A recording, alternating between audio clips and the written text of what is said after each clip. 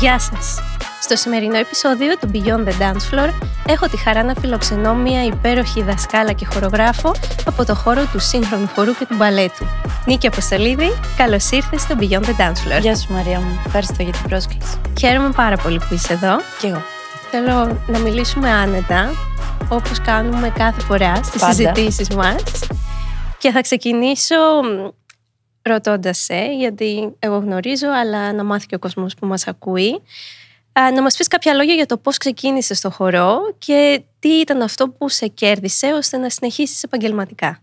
Ξεκίνησα στην ηλικία των 6 χρονών περίπου.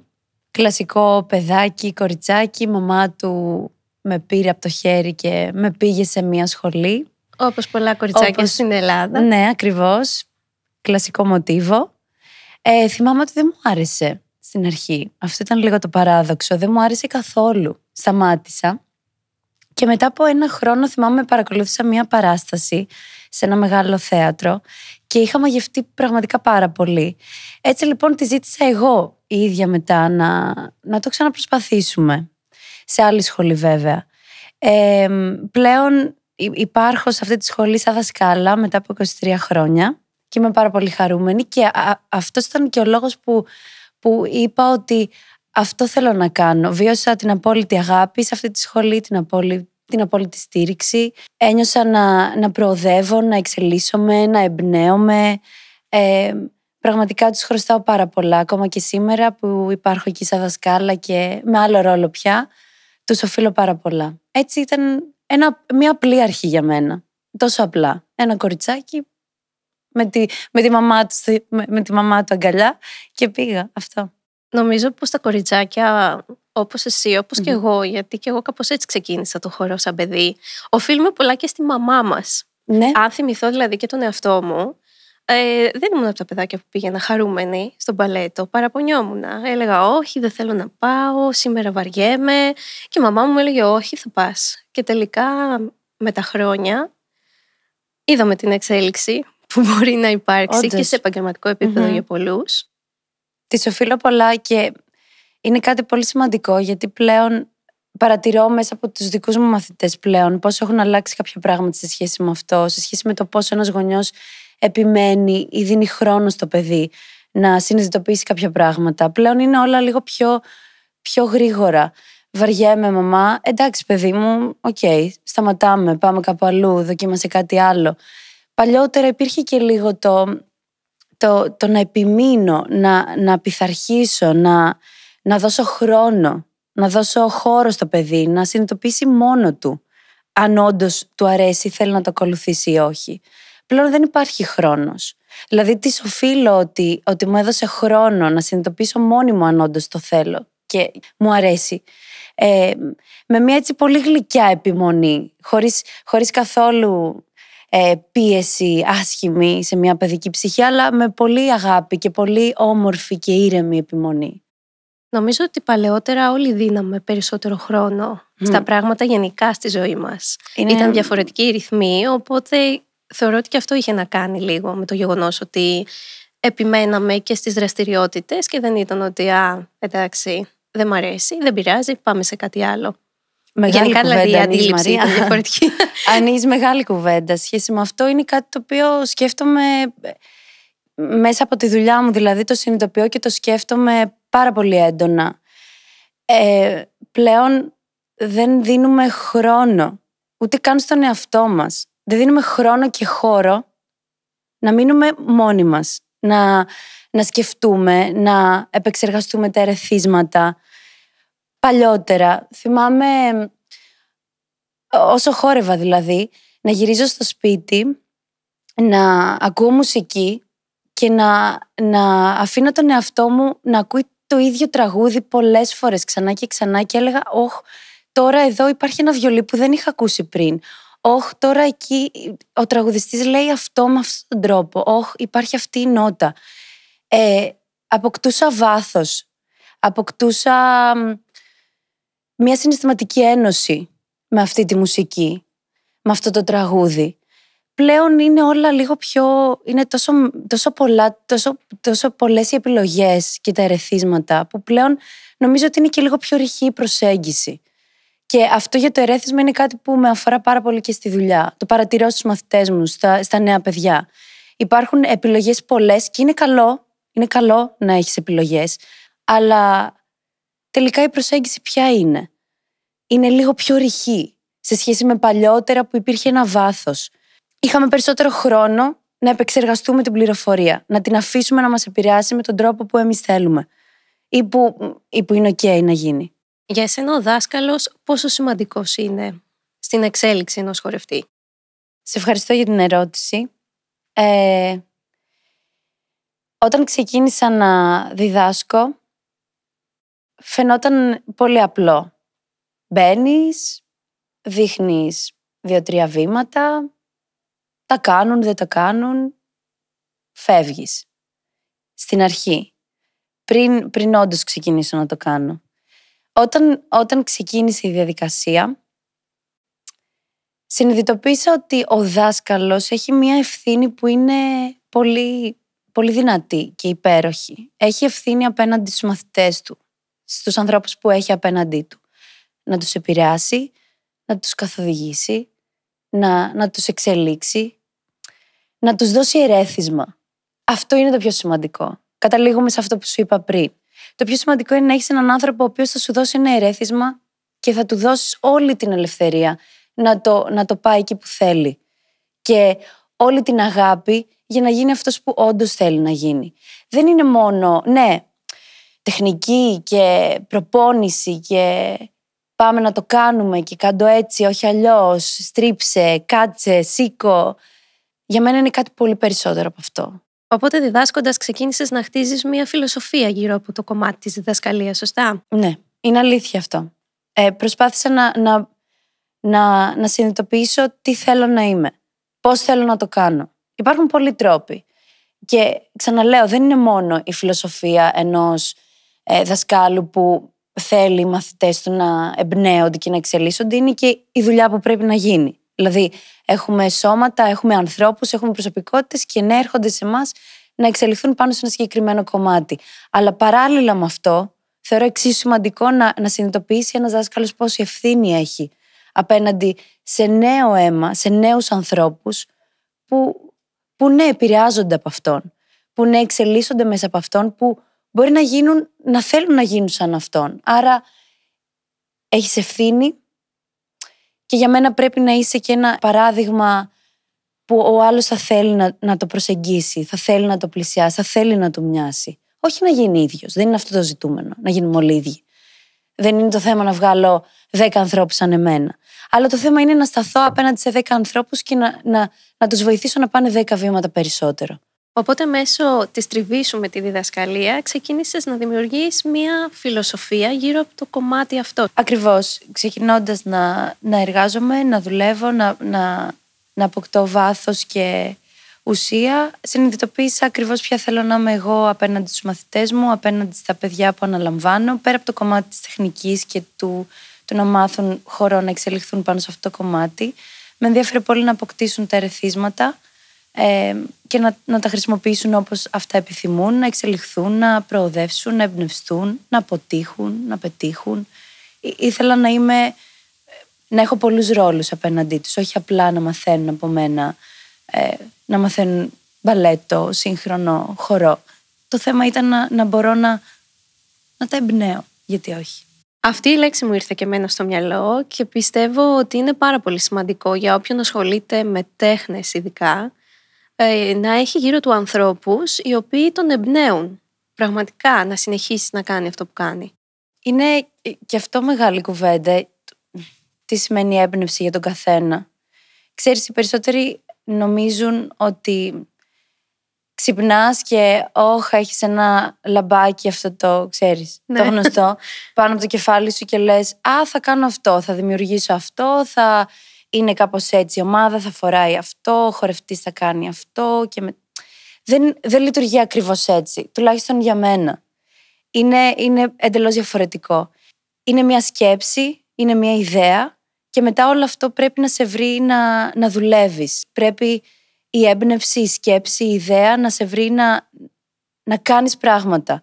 Ξεκινάς από κάτι, έρχεται και κάτι ακόμα, κάτι το οποίο έχεις απορρίψει στην αρχή μπορεί να σε οδηγήσει σε εντελώς διαφορετικά μονοπάτια και κάπως έτσι χτίζεται. Δηλαδή δεν υπάρχει έμπνευση, τουλάχιστον ξαναλέω για μένα, σαν λαμπάκι που έρχεται και είναι όλα έτοιμα, είναι όλα εκεί.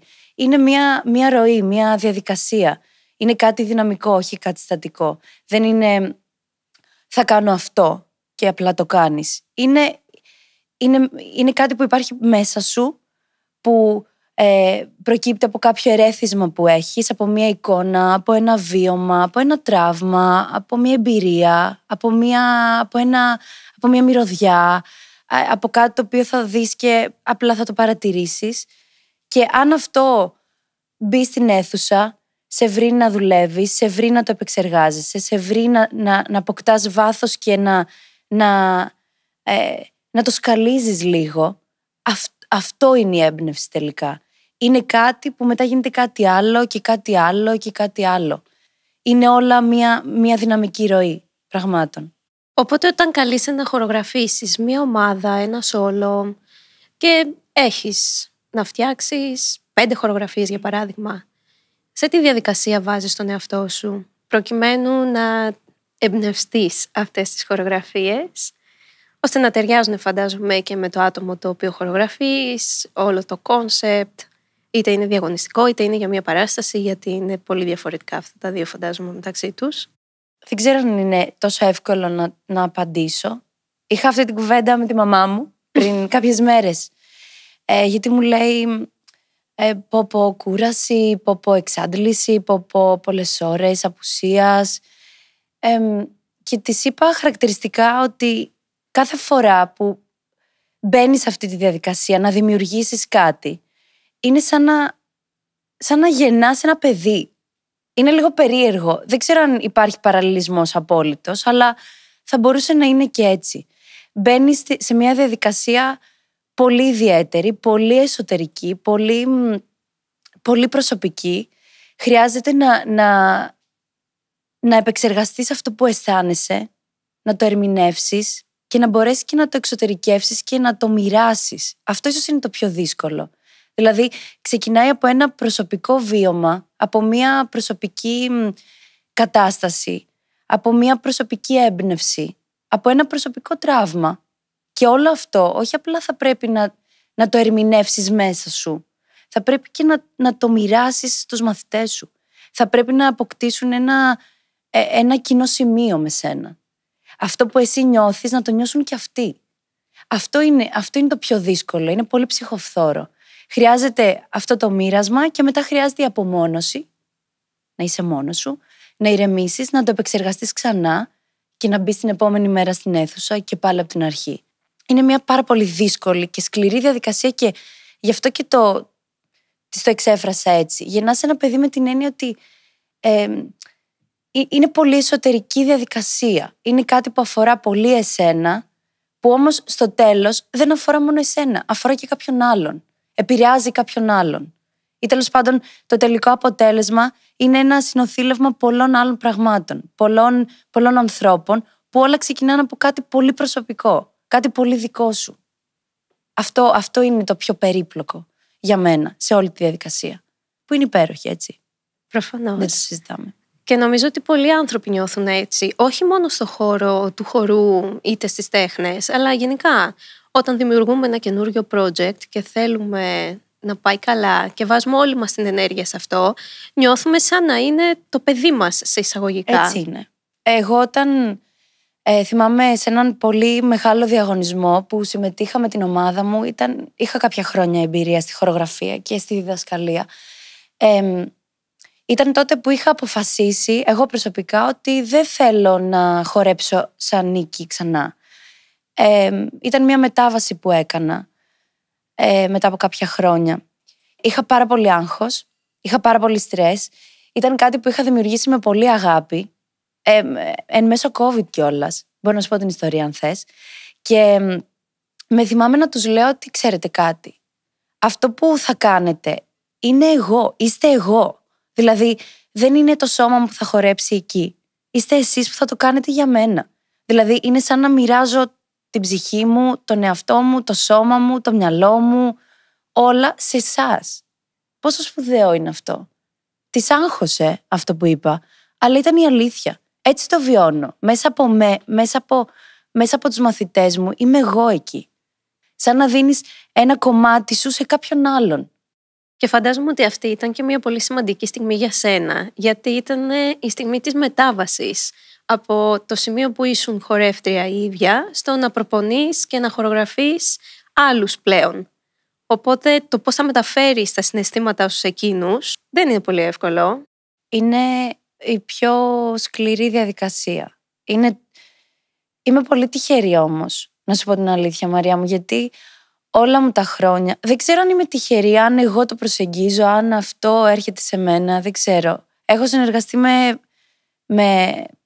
με πολλούς ερασιτέχνες μαθητές και το τονίζω αυτό, που έχουν αγκαλιάσει πάρα πολύ αυτό που κάνω, με πολύ αγάπη όμως. Δηλαδή που βλέπω στα μάτια τους ότι θέλουν να το κάνουν για μένα και νιώθω πολύ τυχερή και ευγνώμων γι' αυτό. Είναι δύσκολο, ναι. Είναι δύσκολο γιατί πρέπει ο άλλος να βιώσει το συναίσθημά σου. Πρέπει ο άλλος να το κάνει για σένα. Πρέπει να υπάρχει μια κοινή γραμμή πλεύσης. Αλλιώς δεν γίνεται. Αλλιώς δεν μπορείς να συνυπάρχεις. Ενώ σε κομμάτι ομάδα, σε κομμάτι ενός έργου, σε κομμάτι μιας χορογραφίας, είτε είναι μικρά τα παιδιά, είτε είναι πιο μεγάλα. Θέλω να μπορούμε να βρούμε αυτό το κοινό σημείο. Που θα συνειδητοποιήσουν ότι όλοι δουλεύουμε για κάτι πολύ συγκεκριμένο. Οπότε μέσα σε αυτό το πλαίσιο, πώς ενθαρρύνεις τη δημιουργικότητα και την αυτοπεποίθηση των παιδιών? Η αυτοπεποίθηση προκύπτει από την προετοιμασία. Δηλαδή, ένας μπασκετμπολίστας το έχει πει αυτό, αλλά δεν θυμάμαι ποιος είναι, να σου πω ακριβώς, αλλά το είχα διαβάσει και είχα συμφωνήσει πάρα πολύ μαζί του. Πιστεύω ότι δεν μπορεί ένας μαθητής, ένας χορευτής να νιώσει αυτοπεποίθηση αν δεν έχει προετοιμαστεί σωστά. Νιώθεις αυτοπεποίθηση όταν έχεις κάνει κάτι τόσες φορές με τη σωστή τεχνική, τη σωστή παρότρινση και καθοδήγηση, που δεν υπάρχει περίπτωση να γίνει λάθος. Και αν γίνει, είναι το μικρότερο δυνατό. Δηλαδή, αυτό είναι το πιο σημαντικό, η σωστή προετοιμασία. Τώρα, η δημιουργικότητα είναι κάτι εντελώς διαφορετικό. Δηλαδή, θα πρέπει να δημιουργήσεις στην τάξη σου τα πλαίσια εκείνα που οι μαθητές θα νιώσουν ελευθερία να είναι αυτοί που θέλουν να είναι. Ξέρεις, Μαρία, έχουμε να κάνουμε με προσωπικότητες, δεν είναι απλό. Δηλαδή, εγώ νομίζω ότι αγάπησα πολύ το χώρο και τη δουλειά μου όταν συνειδητοποίησα πόσο άμεση σχέση έχει αυτό που κάνω στην τάξη με αυτό που βιώνω στο δρόμο.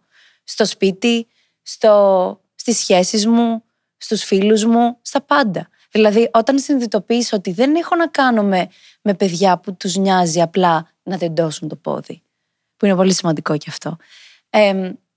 Αλλά συνειδητοποίησα ότι έχω να κάνω με προσωπικότητες που διαμορφώνονται. Είπα ότι θέλω στην τάξη μου να δημιουργώ πλαίσια ελευθερίας, έτσι ώστε τα παιδιά να μπορούν να δημιουργούν δικούς τους χαρακτήρες, δικές τους προσωπικότητες, δικά τους όνειρα. Δηλαδή, είναι δύο εντελώς διαφορετικά πράγματα. Αυτοπεποίθηση λόγω προετοιμασίας και δημιουργικότητα λόγω ενός πλαισίου ελευθερίας, ας πούμε. Άρα, ποιες θα έλεγες ότι είναι οι βασικές αξίες που πρέπει να μεταδώσει ένας δάσκαλος στους μαθητές του, εκτός από το τεχνικό κομμάτι, τα τεντωμένα πόδια, τη στάση σώματος, που εντάξει, μπαίνοντας σε μια αίθουσα χορού, αυτά είναι από τα πρώτα πράγματα που θα σου πει κάποιος. Χρειάζομαι 3 ώρες να στα λέω αυτό. Έχουμε χρόνο. Έχουμε χρόνο, θα μιλήσω. Είναι πάρα πολλά. Ξέρεις, επιμένω, δεν δίνω τόσο βάση στην κουβέντα στο πόσο σημαντικό είναι η σωστή τεχνική που θα σου δώσει τη βάση για να μπορέσει να φτάσει στα επόμενα επίπεδα. Δεν το συζητάω καν, είναι αδιαπραγμάτευτο πόσο σημαντικό είναι να καλλιεργήσουν σώμα, δύναμη, τεχνική και γνώση πάνω στο αντικείμενό τους, προφανώς. Αλλά, όπως είπα και πριν, είναι πολύ περισσότερο από αυτό. Για μένα, μπαίνοντας σε μία ομάδα, θα ήθελα να δω, ή μάλλον θα ήθελα να χτίσω, να στο θέσω καλύτερα, μία ομάδα που είναι μία ιδανική κοινωνία. Κάπως έτσι το σκέφτομαι. Δηλαδή, θέλω να συνυπάρχω με ανθρώπους ή θέλω να καλλιεργώ στους ανθρώπους αξίες που θα ήθελα εγώ να βλέπω και να βιώνω στην κοινωνία στην οποία ζω. Θες να είναι η δοτικότητα, η ανθρωπιά, το να μην φοβάσαι να εκφράσεις αυτό που είσαι, αυτό που θες να είσαι. Δηλαδή δεν με ενδιαφέρει ο χορευτής να είναι καλός χορευτής. Ναι, προφανώς. Ποιος δάσκαλος δεν θέλει να δουλεύει με εξαιρετικούς χορευτές? Όλοι. Ποιοι χορογράφοι δεν θέλουν να έχουν τους καλύτερους? Όλοι μας. Αλίμονο. Αλλά δεν είναι μόνο αυτό. Θέλω να τους.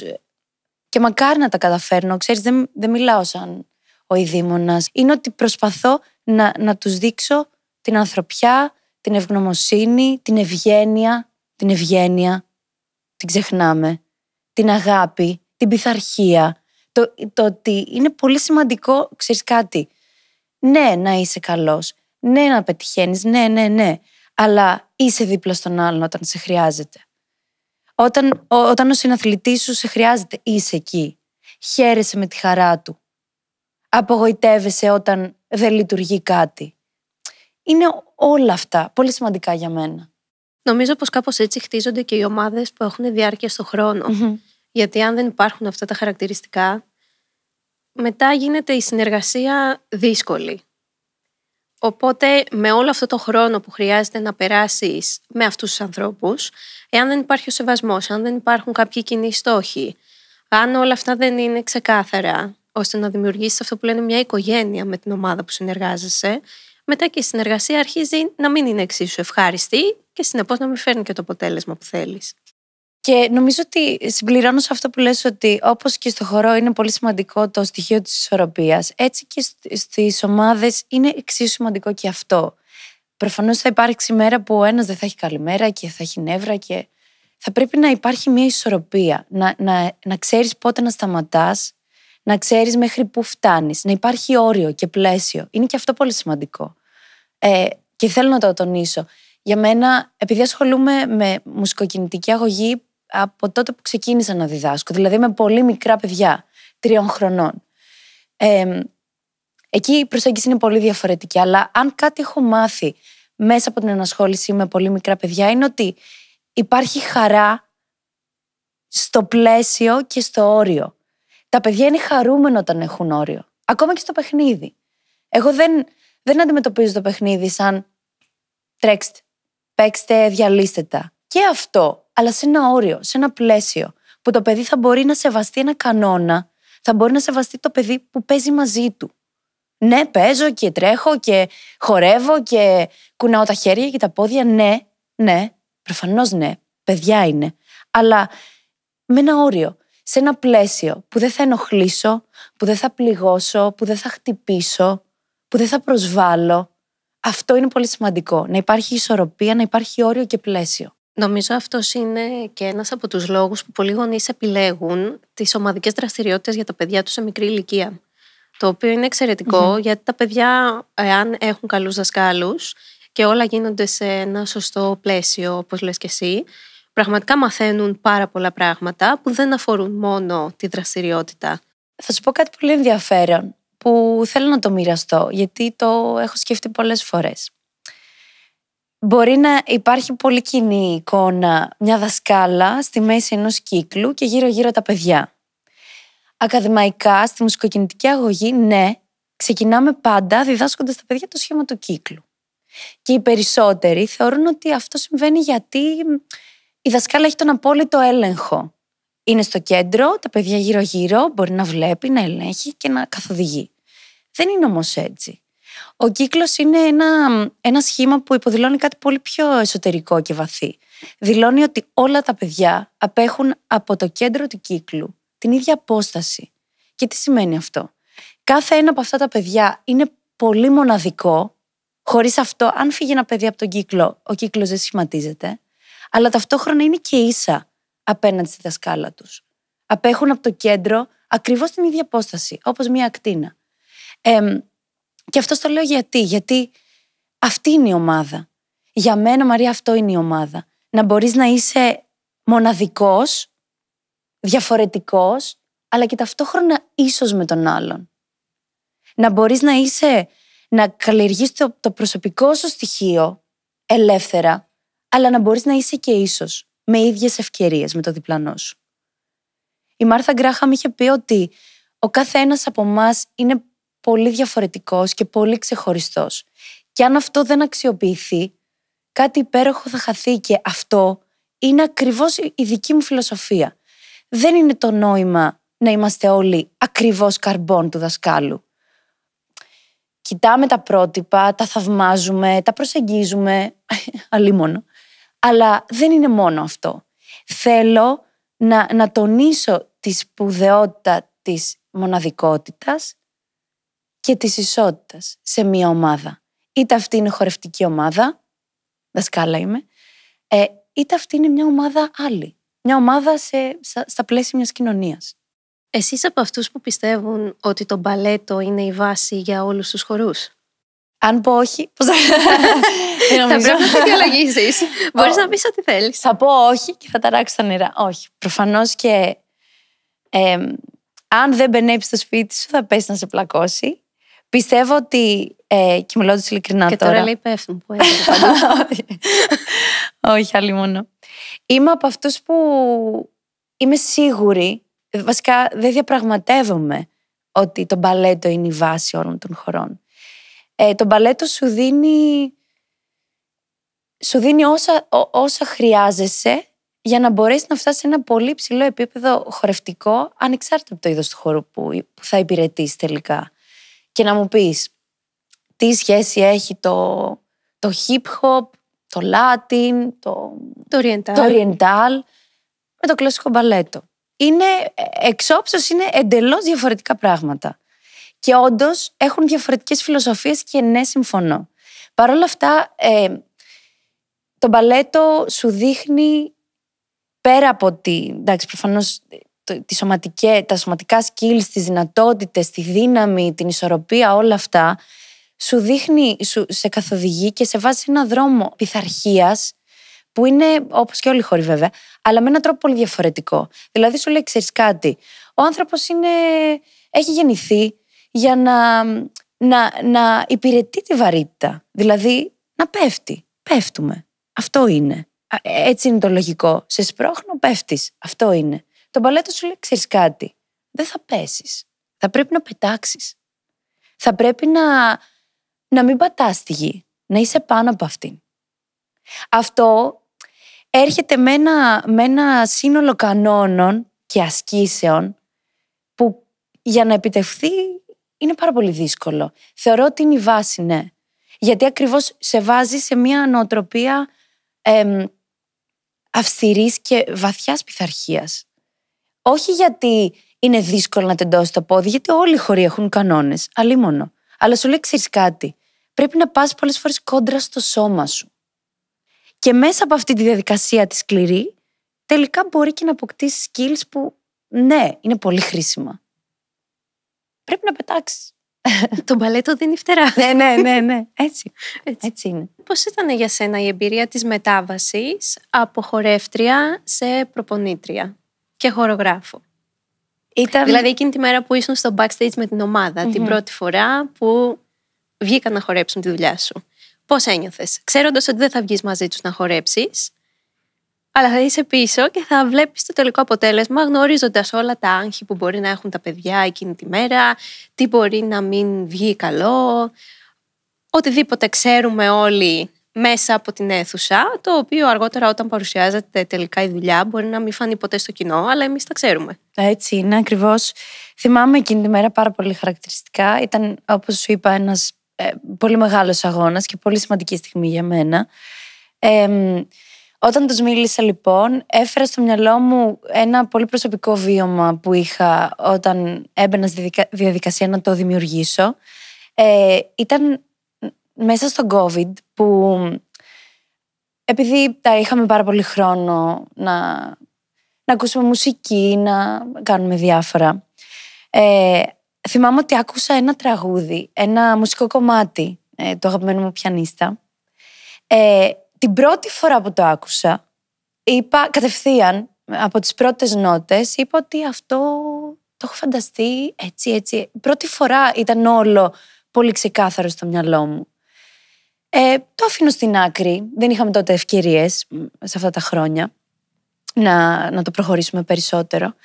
Και μετά από λίγες μέρες διάβασα ένα απόσπασμα ενός ποιητή, δεν έχει σημασία τώρα τι και πώς, με άγγιξε εξίσου γρήγορα, πολύ. Και λέω, οκ, το αφήνω στην άκρη. Αφήνοντας το να δουλεύει μέσα μου, όπως είπα πριν και για το ερέθισμα, δηλαδή υπήρχαν αυτά τα δύο ερεθίσματα στο κεφάλι μου, δίνοντας χώρο στον εαυτό μου και χρόνο, κάπως αυτά μπλέχτηκαν μεταξύ τους και είπα, ωραία, θα χρησιμοποιήσω αυτό το ποίημα, σε αυτή τη μουσική, αυτά τα παιδιά και θα δημιουργήσω αυτό. Αυτή τη χορογραφία χόρεψαν εκείνη τη μέρα στον αγώνα και θυμάμαι ότι είπα ναι, μου αρέσει να μοιράζομαι, με γεμίζει πιο πολύ να μοιράζομαι παρά να είμαι εγώ εκεί. Και τους είπα, ξέρετε κάτι, θα το κάνετε σαν να είμαι εγώ. Θα είστε το σώμα μου και το μυαλό μου και η έμπνευσή μου. Ήταν πολύ δυνατή στιγμή. Κλαίγαμε, θυμάμαι, στα παρασκήνια. Τα πήγαν καλά. Βγήκαν πρώτες. Νιώθω ότι πολλές φορές είναι ακόμα μεγαλύτερο το άγχος όταν είσαι απ' έξω και βλέπεις τα παιδιά, παρά να ήσουν μέσα εσύ ο ίδιος να χορεύεις. Αποκτάω μαζί τους μια σχέση μαμάς παιδιού. Και στον αγώνα και στη διαδικασία. Τα πονάω, τα αγαπάω σαν να είναι δικά μου παιδιά. Και το εννοώ. Και ξέρεις κάτι, νομίζω ότι όταν είσαι αληθινός, όταν το συναίσθημά σου είναι ειλικρινές, άντε να κοροϊδέψεις έναν άνθρωπο, δύο, αλλά δεν μπορεί. Όλοι το εισπράττουν τελικά. Όλοι το βιώνουν με σένα αυτό. Τα αγαπάω πάρα πολύ τα παιδιά. Πραγματικά θέλω να τονίσω και αυτό. Δεν είναι απλά μια σχέση δασκάλου μαθητών. Είναι κάτι πολύ περισσότερο. Κρύβει στοργή, κρύβει νιάξιμο, ενδιαφέρον.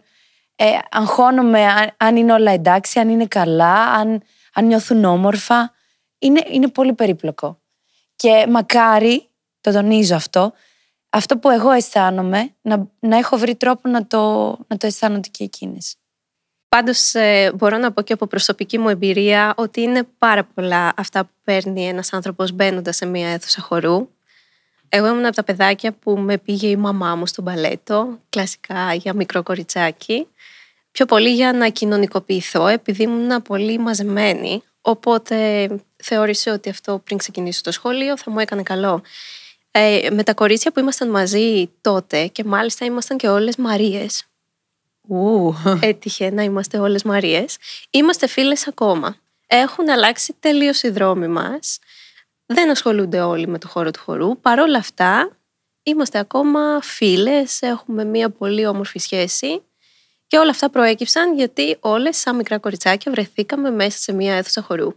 Ναι, είναι κοινές εμπειρίες, είναι κοινά βιώματα και μάλιστα έτσι με πολύ ένταση συναισθηματική. Νομίζω αυτό διαφοροποιεί αυτή τη σχέση από άλλες σχέσεις. Γι' αυτό μείνατε μαζί ή τέλος πάντων κρατήσατε μια επαφή, γιατί υπήρχε ένταση πολύ στις στιγμές που βιώσατε. Από το στρες, από το άγχος, από την ανυπομονησία, από όλα. Υπήρχε ένταση. Αυτό είναι. Οπότε η συμβουλή σου για όλους όσους θέλουν να ασχοληθούν με το χορό, είτε επαγγελματικά είτε ερασιτεχνικά, ποια είναι? Δεν έχω την ανάγκη να δώσω συμβουλή με τον τρόπο που οι περισσότεροι το έχουμε στο μυαλό μας.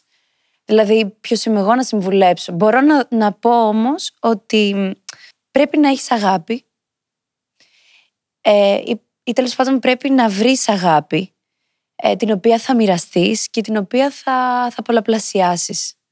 Αγάπη για τον εαυτό σου, αγάπη για το σώμα σου, αγάπη για αυτό που είσαι, για να μπορέσεις να το μοιραστείς, για να μπορέσεις να το εξελίξεις, θα πρέπει να υπάρχει μία σπίθα, ακριβώς όπως η έμπνευση που λέγαμε πριν. Μία σπίθα μέσα σου, ένα πάθος για κάτι. Δεν είναι απαραίτητο ότι για να ασχοληθείς με το χορό θα πρέπει να πεις από την πρώτη στιγμή ότι ναι, είμαι γεννημένος γι' αυτό. Δεν είναι απαραίτητο. Πρέπει να έχεις πολύ χώρο που θα γεμίσει από στιγμές, από εμπειρίες, από προσπάθειες και έτσι θα πορευτείς. Με αυτό θα πρέπει λοιπόν να είσαι έτοιμος να δεχτείς. Θα έλεγα ότι όποιος θέλει να ασχοληθεί με το χώρο πρέπει να είναι έτοιμος να δεχτεί.